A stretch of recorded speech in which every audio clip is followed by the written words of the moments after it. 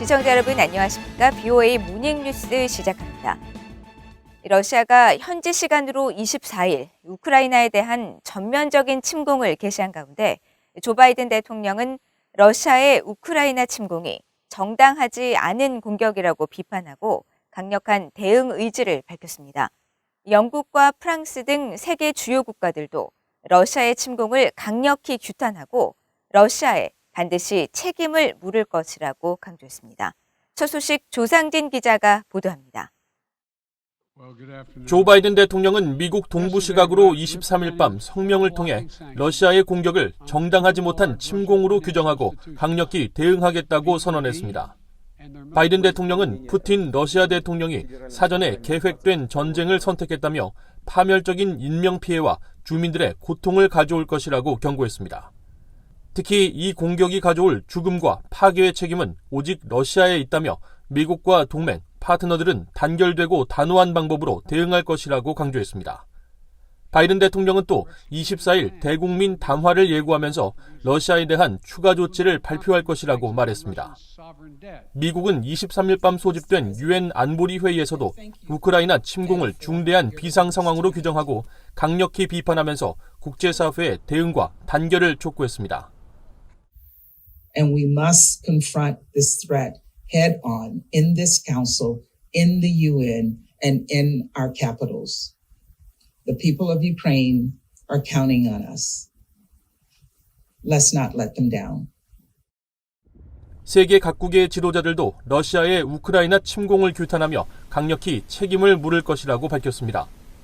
우르줄라 폰 데어 라이엔 유럽연합 EU 집행위원장은 이번 공격은 유럽의 안정성과 국제평화, 질서 전체를 겨냥하고 있다며 푸틴 대통령에게 책임을 물을 것이라고 밝히고 러시아를 겨냥한 대규모 제재 조치를 제안해 유럽 정상들의 승인을 받을 것이라고 말했습니다. 보리스 존슨 영국 총리도 긴급 회견을 통해 러시아가 어떤 설득과 변명도 없이 자유와 민주주의를 지켜온 우크라이나를 침공했다면서 영국은 동맹 파트너 국가와 함께 제재 등 대응에 나설 것이라고 강조했습니다. Today, in concert with our allies, we will agree a massive package of economic sanctions designed in time to hobble the Russian economy. And to that end, we must also collectively cease the dependence on Russian oil and gas that for too long has given Putin his grip on Western politics. Our mission is clear. Diplomatically, politically, economically, and eventually militarily, this hideous and barbaric venture of Vladimir Putin must end in failure.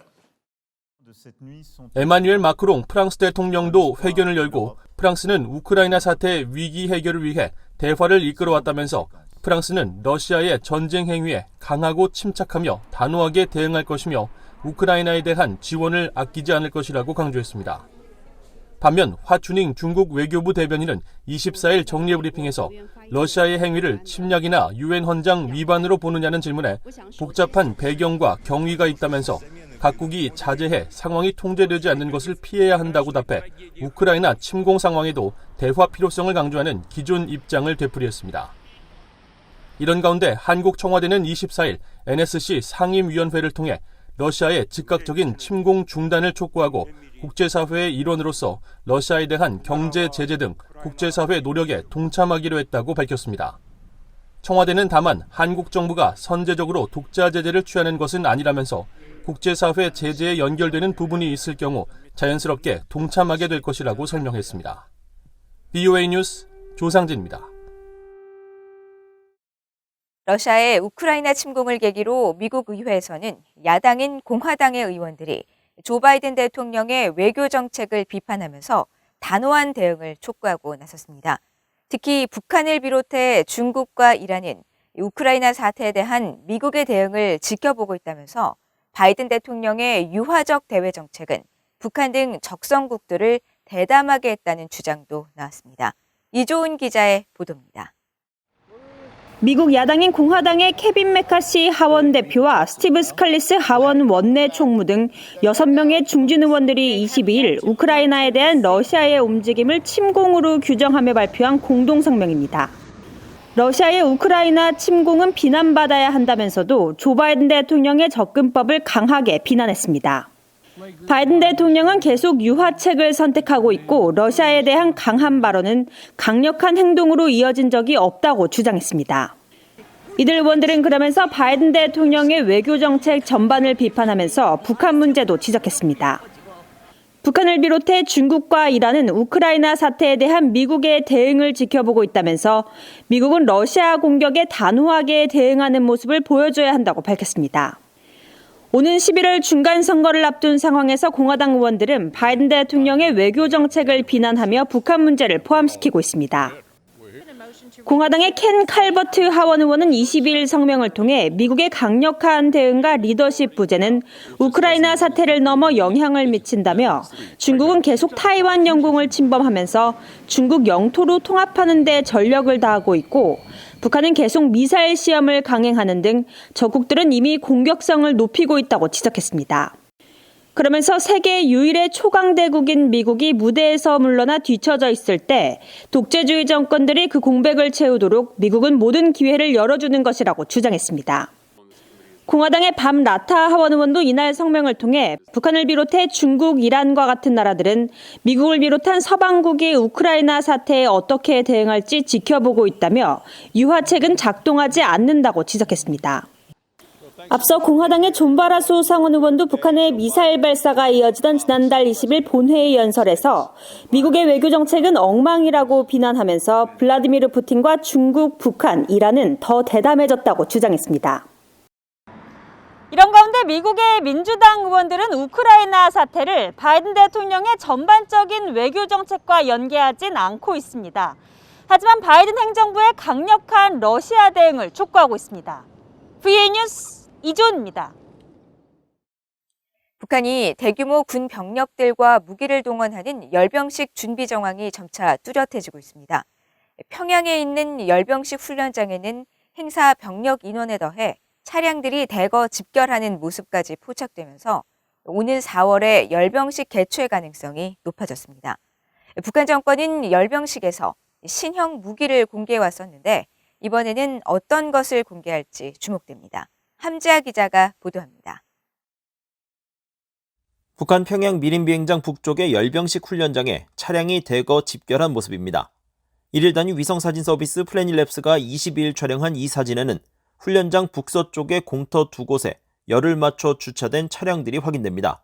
과거 촬영된 고화질 위성사진과 비교할 때 주차 지점당 약 50대씩 모두 100여 대 정도로 추정됩니다. 열병식 훈련장의 병력 대열과 제설 작업 뒤 상황을 보도했었던 지난 7일과 21일 BOA 보도 때와는 달리 이번에는 차량까지 대거 포착되면서 북한의 열병식 준비 정황이 구체적으로 파악됐습니다. 이날 위성사진에는 차량과 별도로 대열을 이룬 병력들의 모습도 확인됐습니다. 최소 50명에서 최대 300명으로 추정되는 병력 대열은 훈련장 중심부 북쪽 지역과 훈련장 내 도로 등에 약 10개 대열 형태로 분포돼 있었는데 그동안 북한은 김일성 광장을 본뜬 이 훈련장에서 약 1, 2개월 동안 병력 훈련을 벌인 뒤 실제 열병식을 진행하곤 했습니다. 북한은 지난달 노동당 정치국 회의에서 김정일 생일 80주년과 김일성 생일 110주년 행사 준비를 논의해 열병식이 개최될 것으로 전망됐었는데 지난 16일 김정일 생일에는 열병식이 열리지 않았기 때문에 오는 4월 15일 김일성 생일에 맞춘 열병식 개최 가능성이 높아 보입니다. 북한은 열병식 때마다 새 무기 프로그램들을 선보였습니다. 특히 지난해 1월 14일 노동당 8차 당대회를 기념한 열병식 때는 신형 잠수함 발사 탄도미사일 SLBM으로 추정되는 북극성 5형과 북한판 이스칸데르 개량형으로 불리는 KN-23을 공개했었습니다. 하지만 지난해 9월 9일 정권 수립 기념일 때는 노농 적위군과 사회안전군을 중심으로 열병식을 진행하면서 신형 무기를 공개하지는 않았습니다. BOA 뉴스 함지아입니다. 북한은 체제 위기 상황에 임박하면 핵 선제 공격에 나설 수 있으며 또 자신들의 피해를 최소화하기 위해 저위력 핵무기 사용을 선호할 가능성이 크다는 분석이 제기됐습니다. 미국의 민간 연구단체인 핵 비확산 군축을 위한 아시아태평양 리더십 네트워크 APLN은 23일 발표한 보고서를 통해 북한 당국이 체제 위협을 느끼면 적의 진격 저지와 정권 존립 보장을 위해 핵무기를 직접 폭발시키는 방법을 가장 효과적이고 유일한 방법으로 고려할 가능성이 크다고 설명했습니다. 그러면서 북한이 자국의 피해를 최소화하기 위해 고위력 핵무기보다는 저위력 핵무기를 선호할 가능성이 크다며 북한이 실시한 6차례 핵실험을 고려할 때 폭발력을 10킬로톤 이하로 감소시킬 수 있는 핵무기 기술을 보유하고 있을 것으로 추정했습니다.